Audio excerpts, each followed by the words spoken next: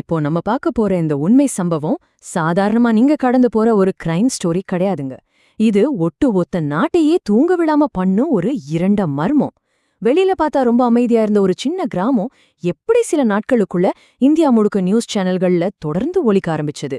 Social media முழுக்க ஏன் இந்த கேஸ பத்தின விவாதங்கள் அப்படியே வெடிச்சது. இந்த தகவல்களை எல்லாம் ஒன்னா சேர்த்து அந்த இருண்ட இரவுல உண்மையில என்னதான் நடந்துச்சுன்னு இப்போ நம்ம டீட்டெயிலா அலசுவோம். கொஞ்சம் கற்பனை பண்ணி பாருங்க. வருஷம் 2026. பீகார் மாநிலத்துல இருக்கிற சரண் மாவட்டத்தோட ஒரு அமைதியான கிராமம். மாலை நேரம் முடிஞ்சு இருட்டு மெதுவா சூழ ஆரம்பிக்குது. வீடுகளுக்கு வெளியே மக்கள் சாதாரணமா உட்காந்து பேசிக்கிட்டு இருக்காங்க. தூரத்துல நாய்கள் குறைக்கிற சத்தம் மட்டும் கேட்டுக்கிட்டு இருக்கு. மங்கலா எரியிற தெருவிளக்குகளுக்கு கீழே பாக்குறதுக்கு எல்லாமே ஒரு சாதாரண நாளாதான் தெரியுது. ஆனா அந்த அமைதிக்கு பின்னாடி வரப்போற அந்த பயங்கரமான புயலை அப்போ அங்க இருந்த யாருமே எதிர்பார்க்கல. இந்த வழக்கத்துக்கு மாறான பதற்றம் எடுத்த உடனேயே ஆரம்பிக்கல. அந்த இரண்டு இரவுக்குள்ள நுழைஞ்ச அந்த சம்பவம் முதல்ல யாருக்கும் ஒரு பெரிய விஷயமாவே தெரியல. 16 வயசான ஒரு ஸ்கூல் பொண்ண காணோங்கிற தகவல் மட்டும்தான் குடும்பத்துக்கு வருது.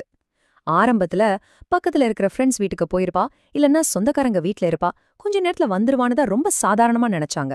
ஆனா கடிகார முட்கள் நகர நகர அந்த சாதாரண காத்திருப்பு ஒரு மிகப்பெரிய பயமா மாற ஆரம்பிச்சது.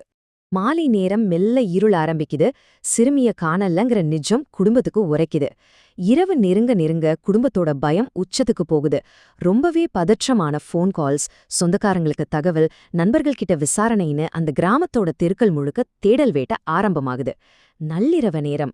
இருள் இன்னும் ரொம்ப ஆழமா மாறியிருக்கு. அந்த நேரத்துல கிராமத்துக்கு வெளியே இருந்த பழைய கிணத்தை சுத்தி சிலர் பதற்றத்தோட நின்னுகிட்டு இருக்காங்க. அங்கிருந்து வந்த ஒரு தகவல் அங்கிருந்த ஒவ்வொருத்தரையும் அப்படியே உறைய வச்சிருச்சு. உடனே போலீஸ்க்கு தகவல் போகுது. சில நிமிஷங்கள்ல போலீஸ் வண்டிகள் அந்த இடத்த வந்து சேருது. இந்த காட்சியை கொஞ்சம் இமேஜின் பண்ணி பாருங்க. அந்த அடர்ந்த இருட்டை கிழிச்சுக்கிட்டு அங்கோ இங்கோ நகரும் போலீஸ் டார்ச் லைட் வெளிச்சம், அமைதியான இரவ சுக்கு நூறாக்குற சைரன் சத்தங்கள். மக்கள் கூட்டம் மெதுவா கூடிக்கிட்டே இருக்கு. யாருமே முழுசா வாய் திறந்து பேசல.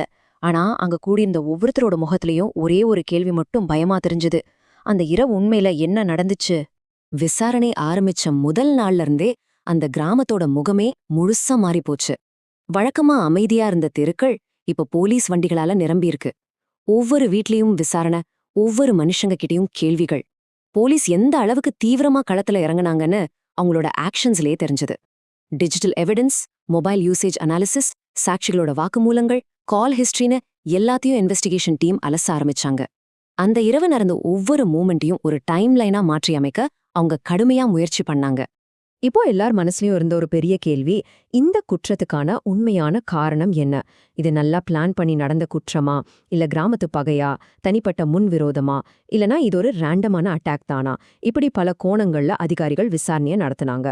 சில ரிப்போர்ட்ஸ்ல குற்றம் சாட்டப்பட்டவங்களுக்கும் பாதிக்கப்பட்ட குடும்பத்துக்கும் நடுவுல முன்பே கொஞ்சம் பிரச்சனை இருந்ததா பேசப்பட்டுச்சு. ஆனா இதுல பல தகவல்கள் அதிகாரப்பூர்வமா உறுதி செய்யப்படலுங்கிறது தான் நிஜம். இங்கதான் நம்ம கவனிக்க வேண்டிய ஒரு முக்கியமான விஷயம் இருக்கு. ஒரு பக்கம் உண்மைகளை தேடி ஓடுற போலீஸ் விசாரணை, இன்னொரு பக்கம் சோஷியல் மீடியால நடந்த கூத்த கொஞ்சம் யோசிச்சு பாருங்க. ஆஃபிஷியல் இன்வெஸ்டிகேஷன் முழுக்க முழுக்க தடியவியல் ரிப்போர்ட், கால் ஹிஸ்டரி, பிசிக்கல் எவிடன்ஸ்னு சயின்டிஃபிக்கா போயிட்டு இருந்துச்சு. ஆனா சோஷியல் மீடியால ஃபேக் ஸ்கிரீன்ஷாட்ஸ், எடிட் பண்ணப்பட்ட வாய்ஸ் ரெக்கார்டிங்ஸ், எந்த ஆதாரமும் இல்லாத கதைகள்னு வதந்திகள் காட்டுத்தீ மாதிரி பரவிச்சு. இது இந்த கேஸ இன்னும் மர்மமா, இன்னும் குழப்பமா மாத்திருச்சு. இன்டர்நெட் காலத்துல ஒரு லோக்கல் கிரைம் எப்படி நேஷனல் சென்சேஷனா மாறுதுங்கிறதுக்கு இது ஒரு கிளாசிக் எக்ஸாம்பிள். சில மணி நேரத்திலேயே லோக்கல் மீடியால இந்த நியூஸ் பிரேக் ஆகுது. அதுக்கப்புறம் நேஷனல் சேனல்ஸ் தொடர்ந்து இந்த சம்பவத்தை 24 மணி நேரம் லைவ் கவரேஜ் பண்ண ஆரம்பிச்சுட்டாங்க. சோஷியல் மீடியா முழுக்க ஹேஷ்டேக்ஸ் ட்ரெண்ட் ஆகுது. யூடியூப் சேனல்கள் பரபரப்பான தம்ப்நெயில்ஸ் போட்டுக்கிட்டு வீடியோக்களை அப்லோட் பண்ணி இன்டர்நெட்டையே ஆக்கிரமிச்சாங்க. மக்கள் அவங்களுக்கு தோணுன தியரிஸை ஷேர் பண்ண ஆரம்பிச்சாங்க. ஆனா இந்த வைரல் ஹேஷ்டேக்ஸ், பிரேக்கிங் நியூஸ், இதுக்கெல்லாம் பின்னாடி ஒரு உண்மையான வழி இருந்துச்சுங்க. கேமராக்கள் முன்னாடி கதறி அழுதுகிட்டு இருந்த பெற்றோர், எங்களுக்கு நீதி வேணும்னு தொடர்ந்து கண்ணீரோட கேட்ட குடும்பத்தினர், இந்த காட்சிகள் பல மில்லியன் மக்களோட மனசை இமோஷனலா பாதிச்சுது. இதனால இது ஒரு சாதாரண கிரைம் ஸ்டோரிங்கிறத தாண்டி ஒட்டுமொத்த தேசத்தோட இமோஷனா மாற ஆரம்பிச்சது. அந்த இமோஷனல் பாதிப்பு அப்படியே ஒரு பெரிய மக்கள் போராட்டமா வெடிச்சது. பல இடங்கள்ல மக்கள் நீதிக்காக குரல் கொடுக்க ஆரம்பிச்சாங்க, கோஷங்கள் எழுப்புனாங்க. இதனால போலீஸ் மேல இந்த கேஸ மிக விரைவா சால்வ் பண்ணி ஆகணுங்கிற பிரம்மாண்டமான பிரஷர் விழுந்தது. உண்மைகளை தேடுற அதே நேரத்துல கொதித்தெழுந்த மக்களுக்கும் பதில் சொல்ல வேண்டிய ஒரு கட்டாயம் சட்டத்துறையினருக்கு ஏற்பட்டுச்சு. இறுதியா விசாரணை ஒரு முக்கியமான கட்டத்தை அடைஞ்சப்போ சந்தேகப்படுறவங்க மேல சட்ட நடவடிக்கைகள் ஆரம்பிச்சதா தகவல்கள் வெளிவந்துச்சு. ஆனா மக்கள் மத்தியில விவாதங்கள் முழுசா நிக்கவே இல்ல. விசாரணையில இருந்த ஓட்டங்கள் பத்தியும் மீடியாவோட சென்சேஷனலிசம் பத்தியும் தொடர்ந்து பேசிக்கிட்டு தான் இருக்காங்க. எல்லாவற்றுக்கும் மேலாக என்னதான் சட்ட நடவடிக்கைகள் எடுத்தாலும் அந்த குடும்பத்துக்கு அந்த இருண்ட இரவு கொடுத்த துயரம் வாழ்க்கை முழுக்க மறக்க முடியாத ஒரு நிரந்தரமான ஆழமான வடுவாவே மாறிப்போச்சு. பல மாசங்கள் கடந்தாச்சு. ஆனாலும் இந்த கேஸ் பத்தின விவாதங்கள் இன்னும் குறைந்த பாடல்ல. ஆரம்பத்துல வெளியான தகவல்கள்ல எது உண்மை, எது வதந்தி, குற்றத்துக்கான உண்மையான காரணம் என்ன, இந்த கேள்விகள் எல்லாமே இன்றும் அந்த கிராமத்தோட இருண்ட காத்துல சுற்றிக்கிட்டு தான் இருக்கு. அந்த இரவு உண்மையில அங்க நடந்தது என்ன? இந்த மாதிரி மனித மனங்களோட இருண்ட பக்கங்களை, மறைக்கப்பட்ட மர்மங்களை அலசுற நம்மளோட அடுத்த தேடல்ல நீங்களும் இணைஞ்சிருக்க. மறக்காம லைக் அண்ட் சப்ஸ்கிரைப் பண்ணி உங்க சப்போர்ட்டை கொடுங்க. மீண்டும் ஒரு தேடல்ல உங்களை சந்திக்கிறேன். விடை பெறுகிறேன்.